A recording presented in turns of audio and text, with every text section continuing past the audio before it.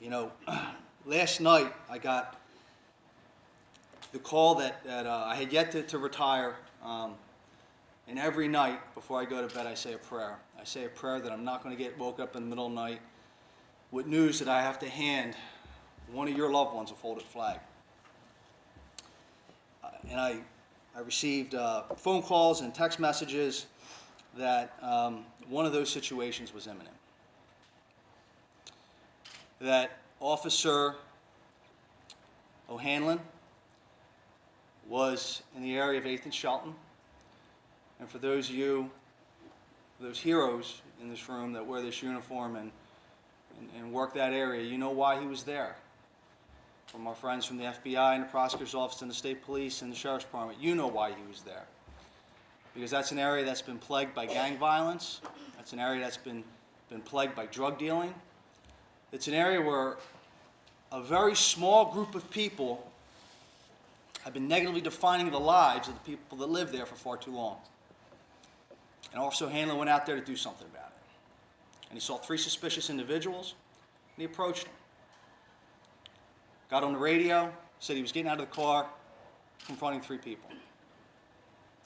Fortunately, his brother and sister officers started to move over towards the area. As he approached the 3 individuals, they exchanged a conversation, and one of them took off running with a gun. Officer O'Hanlon didn't give second thought, gave chase. Captured him about a block away, and they fought on the ground. Suspect took the gun, pressed it up against Officer O'Hanlon's leg, and pulled the trigger. Bullet went right through his leg, front of his thigh, out the back. Talking to the trauma surgeon afterwards, it was miraculous that it did not hit bone and it did not hit artery, but it did hit one of the major veins. Notwithstanding the fact that he had been shot, he still managed to fight the suspect. He held on. Suspect then repositioned the gun, put it up to his face, and pulled the trigger. Fortunately, the first shot was at such close range, and Officer O'Hanlon had gotten his hand on the gun, that the semi-automatic pistol could not rechamber another round into the gun. Therefore, the gun just clicked. O'Hanlon was able to rip the gun out of his hand, overpower him,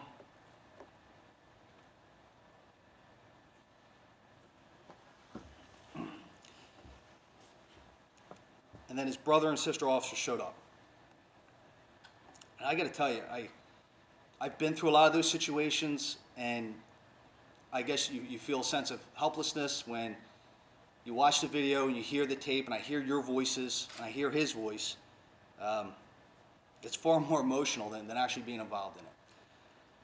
Officer Wynn was the first officer on scene.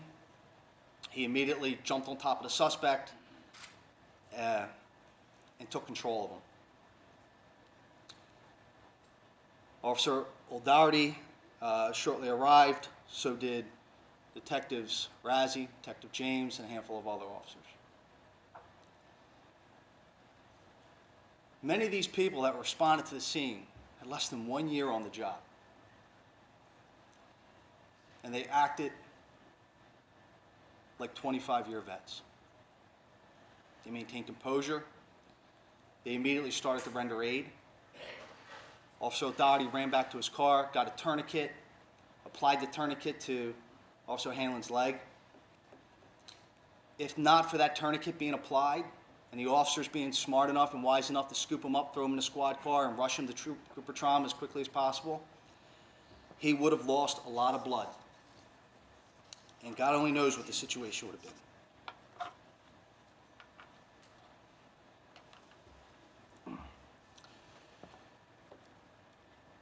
But you guys responded to your training. You adhere to the sanctity of human life. And everybody is going to go home at the end of their shift. Even the guy that tried to take our lives. That's remarkable. That's superhuman. And I ask that of you, and I'll be honest. I'll be as honest as I can be with you. I don't know if I could do some of the things I ask you to do day in and day out. I never had to do it. Never had to do it under the intense supervision, or scrutiny, I should say, the microscope of the media, the second guessing that takes place for what you do day in and day out. I am in awe of you all that are in this room. And I could not be prouder to be your chief. I could not be prouder to be the guy that gets to say the things about you when they stick these microphones in my face, to give words for your actions. And I'll tell you what underscores the heroism of what we do day in and day out, because we all come onto this job accepting the inherent risks that are involved, regardless of the patch on your arm, whether this is Camden or Cherry Hill or Sheriff's Department. We all know any one of us could be in that same situation that Officer O'Hanlon was in. In fact, we put ourselves in that situation. When everybody else is running in one direction, we go against the tide to where the danger is, putting our lives on the line for people we don't even know.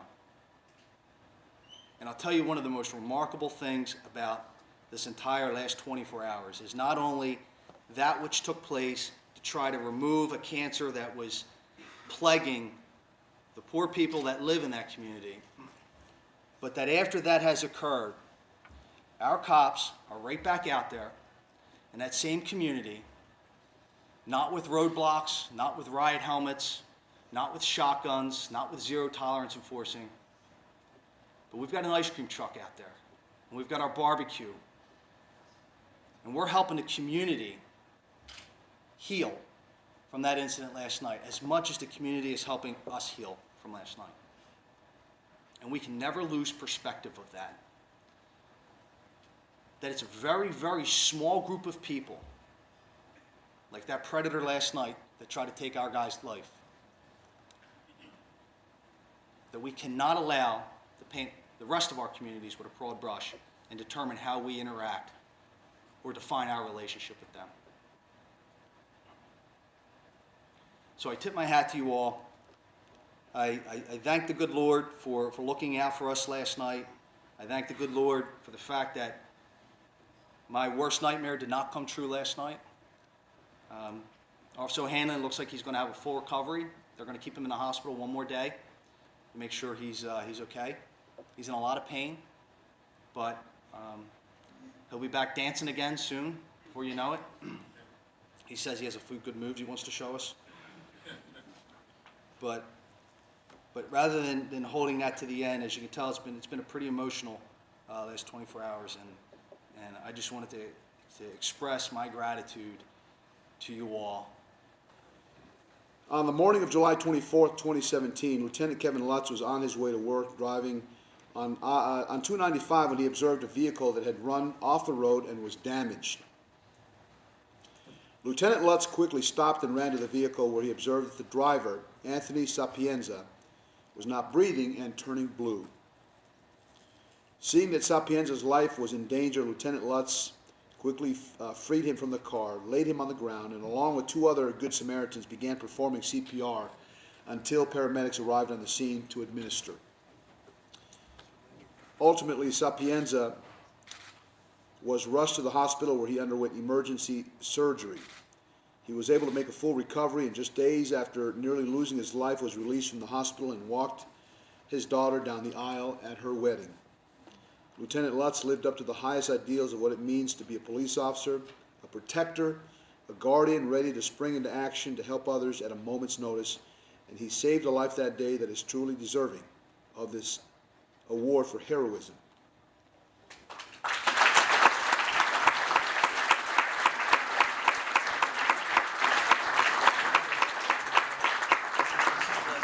That's Anthony.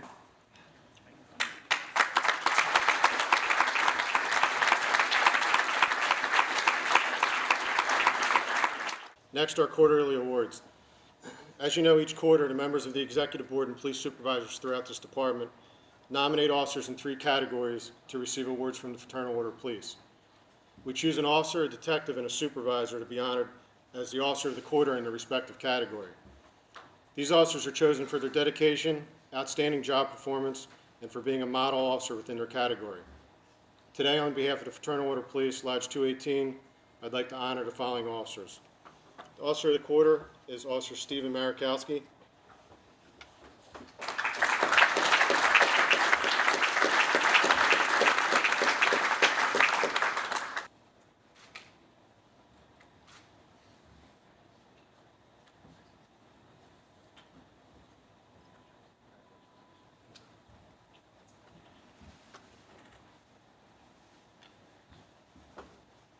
The Detective of the Quarter is already standing on the stage, Kenneth Egan.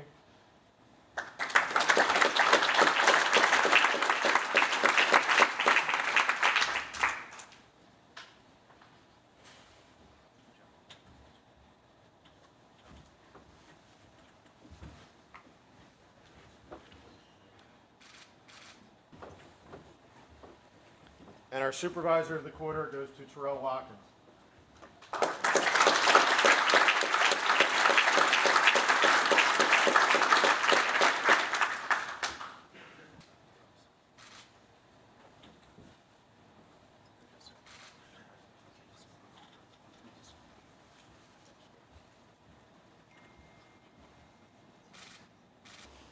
Before we depart, we're going to stick with tradition, and I'd like the command staff to please come up and line the front of the stage.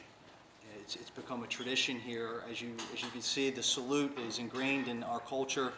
It has to do, and it's rooted in respect. We start with internal respect, and we ensure that we extend it externally. Now, as per paramilitary procedure, the salute generally comes from the junior officer up to the senior officer. But on this special day,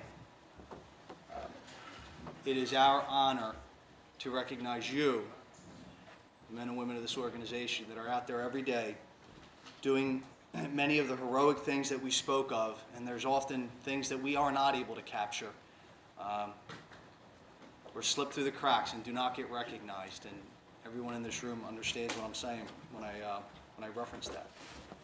But on this day, on our quarterly awards, we salute you first and foremost. So command staff, attention, present arms. Order arms. I thank you for doing that. Please continue to do so. God bless you all, and thank you again.